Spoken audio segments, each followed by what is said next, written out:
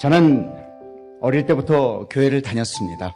하나님을 알게 되고 또 교회를 나가서 믿음을 알고 온 식구들이 하나님의 자녀로 귀하게 성장을 할 수가 있었습니다. 아버님께서는 청와대 근무를 하셨습니다. 고급 공무원으로서 저희들 또한 부모님 덕택에 아주 편안하게 생활을 할 수가 있었습니다. 아버님께서 청와대를 나오시고 동료 친구분들과 같이 사업을 하시러 파라과이로 가셨습니다. 파라과이 가서서 큰 사업을 하셨는데 초창기에는 너무 잘 되셨습니다. 그래서 식구들이 다 이민을 가게 되겠습니다. 파라과이로. 저는 고등학교 1학년이었는데 그냥 이곳에서 좀 더 공부를 하고 나중에 가겠습니다 라고 하고 식구들이 다 이민을 떠났습니다. 그러던 중 사업이 물론 잘 될 때도 있고 못 될 때도 있고 하는데 어려운 시기에도 불구하고 아버님께서 저에게 미국으로 유학을 갈 기회를 주셨습니다. 그래서 저는 콜로라도 덴버에서 유학 생활을 시작했습니다. 아버님의 사업이 그렇게 번창하고 하던 때가 아니라 연면하는 그런 생활 속에 저를 유학을 보내주신 거에 너무 감사를 해서 믿음과 하나님의 사랑 속에서 살고 있다고 믿었습니다. 제 책상 위에는 마가복음 9장 23절 할 수 있거든이 무슨 말이냐 믿는 자에게는 능치 못함이 없느니라는 글귀가 책상 앞에는 딱 적혀 있어서 나의 믿음대로 할 수 있다는 생각을 가지고 열심히 공부를 하고 있었습니다. 그러던 중 아버님이 사기를 당하시고 사업을 실패하셔서 결국 아픔으로 돌아가시게 됐습니다. 저는 모든 걸 포기하고 한국으로 돌아야만 했습니다. 어머님 또한 동생을 파라과이에 남겨두고 한국으로 돌아왔습니다. 그때는 정말 세상이 미웠습니다. 모든 게 다 싫었습니다. 왜 그렇게 부모님이 미운지 정말 혼자서 욕도 많이 했습니다. 지금 생각하면 참 바보 같은 짓이었고 가장 욕을 많이 들었던 분이 계십니다. 바로 하나님입니다. 당신 말이죠. 그렇게 믿음과 사랑으로 지켜주시고 안 되는 일도 되게 해주시고 모든 저희 가정이 믿는 것은 오로지 하나님의 사랑으로 하나님의 믿음으로 여기까지 오고 지금까지 생활을 했는데 이게 뭡니까? 정말 한심합니다. 정말 밉습니다.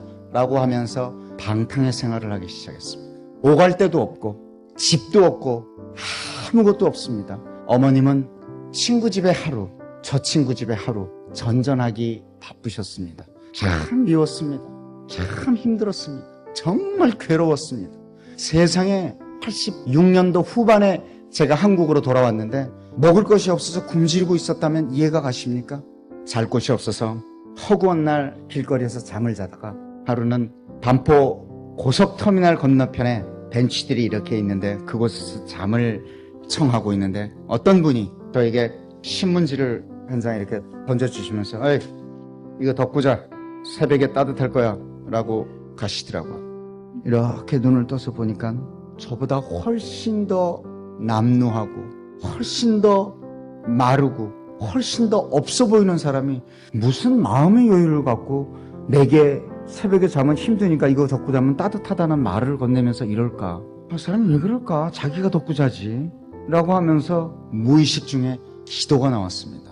하나님, 저 사람이 어떤 사람입니까? 나보다 훨씬 더 못한 것 같은데 왜 어떤 마음에 저렇게 이렇게 저를 배려해 주면서 신문지를 던져줍니까?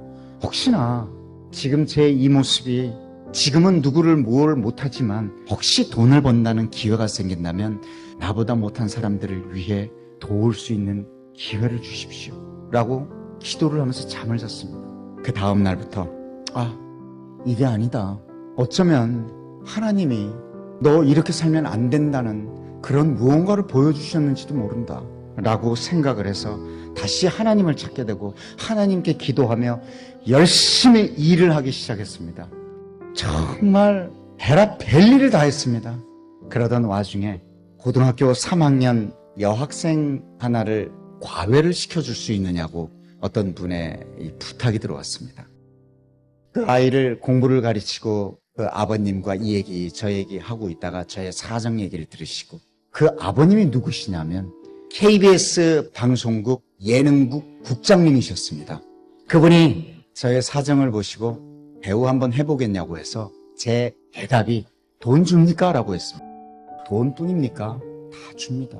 하겠습니다. 무엇이든지 하겠습니다. 라고 했는데 첫 드라마가 사랑이 꽃피는 나무였습니다. 그 드라마를 시작하자마자 2달 만에 눈을 떠보니 청소년들이 제가 지나가면 으악 하고 소리를 지르고 난리가 났습니다. 저 친구들이 왜 저러나 생각했더니 그게 아니었습니다. 정말 눈을 떠보니 우리나라의 대표가는 청춘 스타가 되어 있었습니다.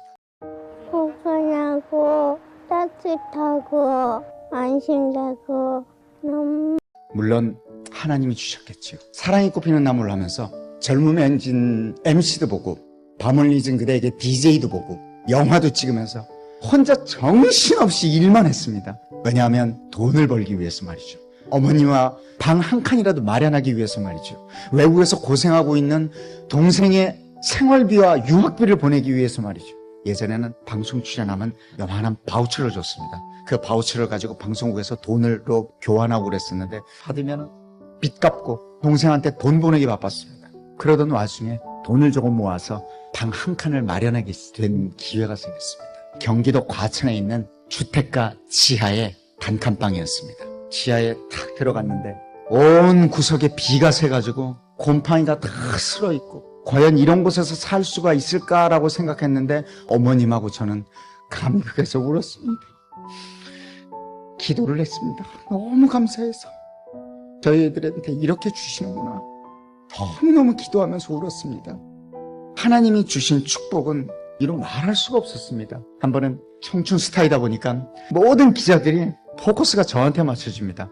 최수종 씨 집에 가서 촬영을 한번 해야 된답니다. 더군다나 팬들을 동반하고 팬들이 청춘 스타 최수종 집을 방문하는 겁니다. 참 어떻게 합니까? 부끄러웠습니다. 안 되는데 불렀습니다. 괜찮다면 하십시오. 기자가 사진 기자와 함께 팬 5명을 대동하고 저희 집에 오는 순간 2층 양옥집인 줄 알았겠죠. 들어오는 순간 기겁을 하더라고요.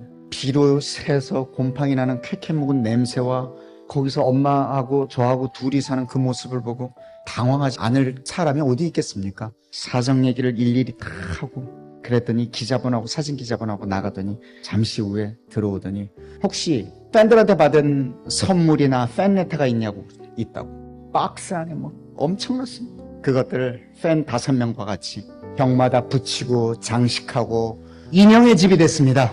너무너무 방이 이쁘게 나왔습니다. 참 고맙더군요. 그런 생활의 연속에 동생한테 긴급한 연락이 왔습니다. 맨날 며칠까지 갑자기 400만 원이 필요합니다. 이 돈을 이따까지 안 갚으면 안 됩니다. 기가 막혔습니다. 저희들은 바우처를 받는데 이거 모아가지고 400만 원에 돈을 붙이려고 그러면 참 기가 막힌데 어쩔 수가 없이 어머님과 기도를 하면서 네, 있습니다. 라는 생활을 하던 중에 남기남 감독님이라고 그분이 지하 그 단칸방 집을 요만한 보자기를 하나 들고 찾아오셨습니다. 현찰 600만 원입니다. 영화 한번 찍읍시다. 근데 그 당시에 현실이 영화를 찍을 수 있는 시간이 없었습니다. 드라마 찍어야죠. 찍으면 밤에 라디오 DJ 하러 가야 되죠. 젊음의 행진 MC 봐야 되죠. 근데 감독님 최수종 씨 4번만 찍어주면 됩니다. 감독님, 제가 이 돈을 받고 그 영화 주인공이라면서 어떻게 4번만 나가서 찍습니까? 제목이 일지매였습니다. 얼굴 4번만 보여주고 나머지 다 복면 쓰고 하면 됩니다. 복면은 스턴트맨이 싸우고 격투하는 거는 다 그 사람이 찍고 정말 위급한 상황에 복면을 싹 벗고 정말 위급한 상황을 보는 순간 있다가 없어지면 그분이 복면 쓰고 나옵니다. 저는 갑니다. 4번 찍었습니다. 참 이런 일들이 있습니까? 그 당시 어머님과 그 교회 주위의 모든 분들의 기도의 덕이라고 생각을 합니다.